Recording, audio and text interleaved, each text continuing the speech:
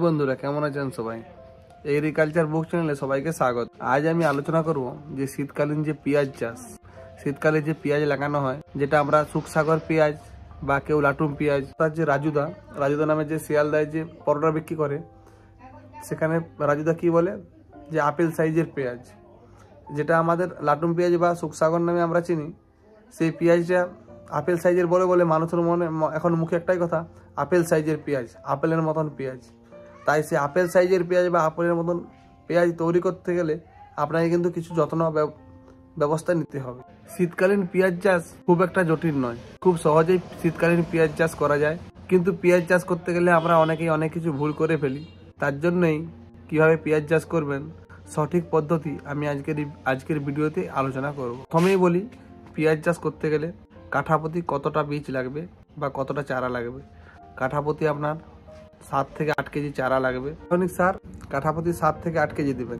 10-26 বা 14-35 যে কোনো একটি ফার্টিলাইজার ব্যবহার করতে পারেন। এছাড়া যদি ব্যবহার করেন ইউরিয়া ও এমওপি পটাশ, তাতেও কিন্তু কাজ খুব ভালো হবে। গোবর সার কাঠাপ্রতি 40 কেজি দেবেন।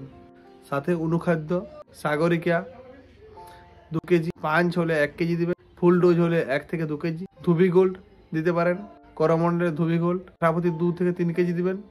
এছাড়া আছে ইকোমেক্স প্লাস। চারার বয়স 40 থেকে 45 দিন হলে সেরকম চারা তুলে লাগাবেন, তাতে গাছটা রোগ জ্বালা হওয়ার সম্ভাবনা অনেকটাই কম থাকবে। বালি মাটি, উর্বর বালি মাটি বা পলি মাটি বা দোআঁশ মাটি হলে পেঁয়াজের ফলনটা অনেকটা বেশি হয়, কারণ এইসব মাটি হালকা নরম, তাতে কি হয় পেঁয়াজটা অনেকটাই বাড়তে পারে।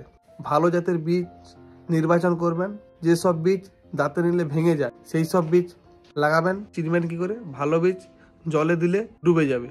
মাকড়ের জন্য আপনারা ইমিডাক্লোরপিড বা বায়ারের যে অ্যাডবায়ারের পাতাগুলো প্রতি ট্যাঙ্কিতে একটি করে দিয়ে ব্যবহার করতে পারেন। পেঁয়াজ গাছে ব্লাইট রোগ মানে দেখবেন গাছের পাতাগুলো হলুদ হয়ে যাবে এবং সেই পেঁয়াজগুলো বেশি দিন লাস্টিং করবে না, টিকবে না মজুত করলে, এবং তাতে ফলনও অনেকটাই কমে যায়।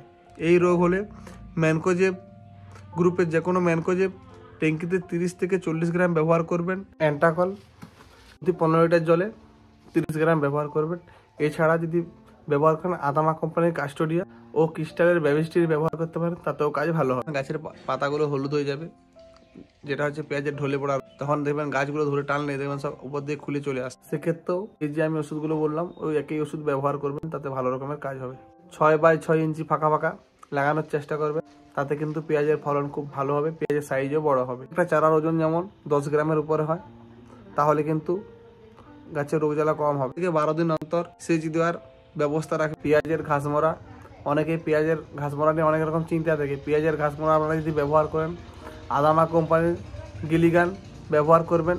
প্রতি 15 লিটার জলে 5 থেকে 8 ml ব্যবহার করবেন, কাজ খুব ভালো হবে। মাটিটা যদি কোদাল দিয়ে কুপিয়ে হালকা করতে পারেন, সেক্ষেত্রে কিন্তু পেঁয়াজের সাইজটা অনেকটাই বড় হয়ে যায়। বিশেষ দ্রষ্টব্য, পেঁয়াজে কোনো রকম তরল ভিটামিন বা পিজিআর ব্যবহার করবেন না। যদি তরল ভিটামিন বা পিজিআর ব্যবহার করেন, পেঁয়াজের স্বাদ নষ্ট হয়ে যাবে এবং পেঁয়াজটা বেশি দিন মজুতও রাখা যাবে না, খুব তাড়াতাড়ি পচে যাওয়ার সম্ভাবনা রয়েছে।